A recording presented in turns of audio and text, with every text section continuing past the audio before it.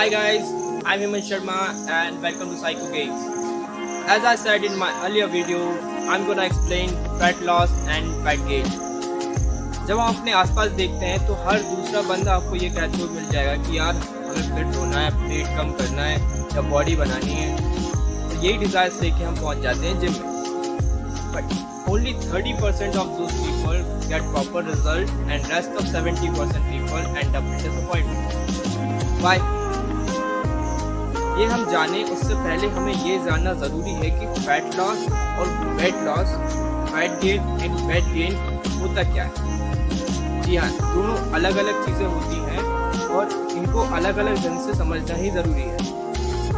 Difference between fat loss and weight loss is fat loss means reducing your body fat percentage, the amount of weight you carry, and fat loss means reducing overall body weight, including everything such as muscle mass, fat mass, ball content increase.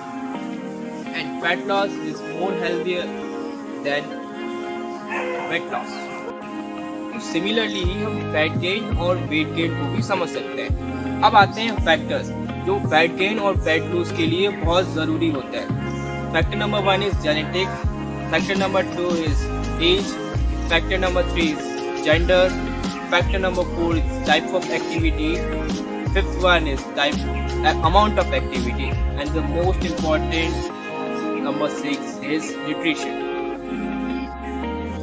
Genetics को समझने के लिए हमें body types को समझना पड़ेगा, तभी हम जेनेटिक्स के इम्पैक्ट को पूरी तरह समझ पाएंगे। बॉडी टाइप्स होते हैं 3: endomorph, ectomorph and mesomorph. Ectomorph are effortlessly thin and they are super active and athletic type and they can eat whatever they want without any consequences. Endomorph ectomorph का जब opposite होता है, क्योंकि endomorph types के body type वाले जितने जो लोग होते हैं वो नेचुरली हैवी होते हैं और उनके लिए फैट लॉस और वेट लॉस करना बहुत डिफ़िकल्ट होता है क्योंकि वो अपने फूड इंटेक को कंट्रोल नहीं कर पाते हैं। मेसोमॉर्फ टाइप के बॉडी वाले जो लोग होते हैं वो नेचुरली इन शेप होते हैं और इजीली मसल गेन भी कर सकते हैं और फैट लॉस भी कर सकते हैं। तो ये हो गए 3 टाइप के बॉडी टाइप। अब इनको देखते हुए आप अपने पेरेंट्स को देखेंगे तो आप अपने जेनेटिक्स के इम्पैक्ट को समझ पाएंगे हमारा फैट लॉस क्यों नहीं हो रहा। ये जेनेटिक्स का फैक्टर इस तरह काम करता है। Factor number 2 is as.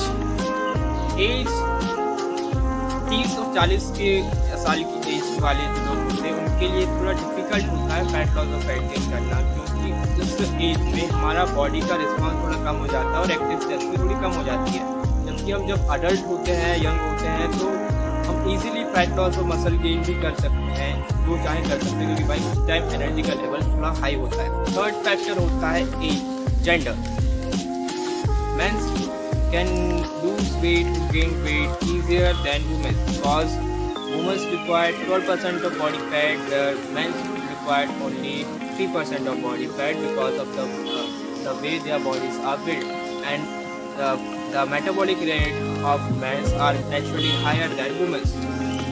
That's why they can lose weight or gain weight easily than women. So factor number 4 is types of activity. Fat loss के लिए हम बहुत सारी एक्टिविटीज ट्राई करते हैं, जैसे running, walking, gymming, aerobics, Zumba, yoga and many more. But question ये आता है कि कौन सी एक्टिविटी सबसे ज़्यादा फायदेमंद और इफेक्टिव होती है। आंसर इज एवरीथिंग, बिकॉज ये सारी एक्टिविटीज हमारी बॉडी की डिफरेंट रिक्वायरमेंट्स को फुलफिल करती हैं। All we need to do is follow it in a perfect direction. Factor number 5 is amount of activity.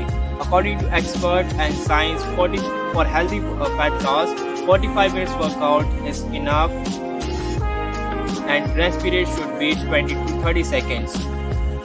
In 45 minutes, all we need to do is 8 to 10 exercise with proper weight and set, but exercise should be in proper sequence. So factor number 6 is nutrition, and nutrition is the most important factor for fat loss and fat gain. कई बार हम लोग सोचते हैं कि यार heavy workout कर लेंगे तो डाइट की ज़रूरत नहीं पड़ेगी, या पहले एक्सरसाइज शुरू करते हैं फिर डाइट शुरू करेंगे। पर ऐसा बिल्कुल भी नहीं है। Dieting is more important than workout because it's work from internally.